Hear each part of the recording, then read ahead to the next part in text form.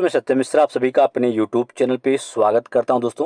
दोस्तों अभी BPSC TI 3.0 का जो परीक्षा है वो चल ही रहा था कि इसी बीच में आपको बता दें कि बीपीएससी की तरफ से यहाँ पे एक नोटिस जो है जारी किया गया है और उस नोटिस में कुछ सूचनाएं दोस्तों दी गई हैं, जैसे कि कितने % अभ्यर्थी जो हैं अभी तक परीक्षा में सम्मिलित हुए और कुछ अभ्यर्थियों के ऊपर यहाँ पे प्रतिबंध लगा दिया गया, उनकी संख्या भी यहाँ पे बताई गई। बिल्कुल बता दें आप सभी को, बिहार लोक सेवा आयोग द्वारा 21/7/2024 को अध्यापक नियुक्ति प्रतियोगी परीक्षा के अंतर्गत वर्ग 9 to 10 एवं वर्ग 6 to 10 की परीक्षा राज्य स्थित 27 जिलों के अंतर्गत कुल 288 केंद्रों पर शांतिपूर्वक जो है एवं कदाचार रहित आयोजित की गई, जिसमें अभ्यर्थियों की उपस्थिति जो है लगभग कितनी रही दोस्तों?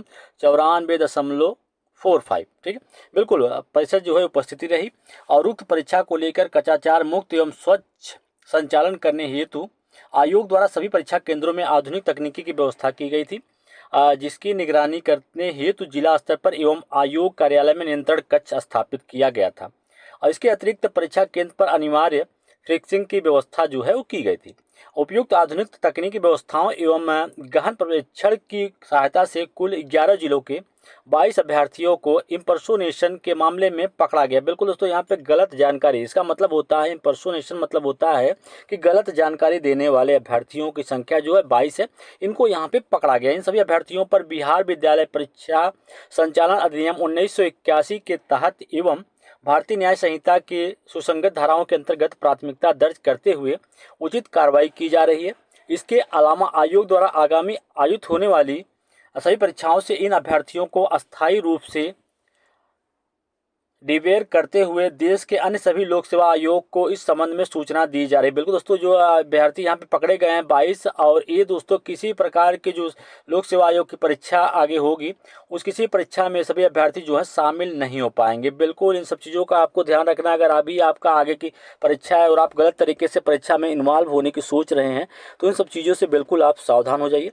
इसके अतिरिक्त बता दें कि टीआई 3.0 के पुनर्परीक्षा एवं अन्य परीक्षाओं में सम्मिलित सभी परीक्षार्थियों के, ठीक है, सम्मिलित जो भी परीक्षार्थी अभी तक परीक्षाओं में शामिल हुए हैं, चाहे आपके 1 to 5 हो, 6 to 8 हो, 9 to 10, कहा जा रहा है कि अन्य परीक्षाओं में सम्मिलित सभी परीक्षार्थियों के डेटा का मिलान जो है किया जा रहा है। यदि उक्त डेटा में किसी प्रकार की विसंगतियां पाई जाती हैं तो वैसे सभी अभ्यर्थियों के परीक्षाओं एवं परीक्षा फल से वंचित करते हुए बिहार परीक्षा संचालन अधिनियम 1921 के सुसंगत धाराओं के तहत FIR दर्ज की जाएगी। बिल्कुल, साथ ही आयोग के सभी परीक्षाओं से उन्हें डिवेयर कर दिया जाएगा। करने का मतलब है कि उनको बाहर निकाल दिया, आगामी जो भी परीक्षाएं होंगी उसमें वो शामिल नहीं हो पाएंगे। इसके अतिरिक्त उनके अभिभावकों पर आर्थिक दंड नियमानुकूल ढंग से लगाया जा सकता है। ठीक है, तो ये परीक्षा नियंत्रक हैं जिनके द्वारा यहाँ पे नोटिस जो है वो जारी किया गया है।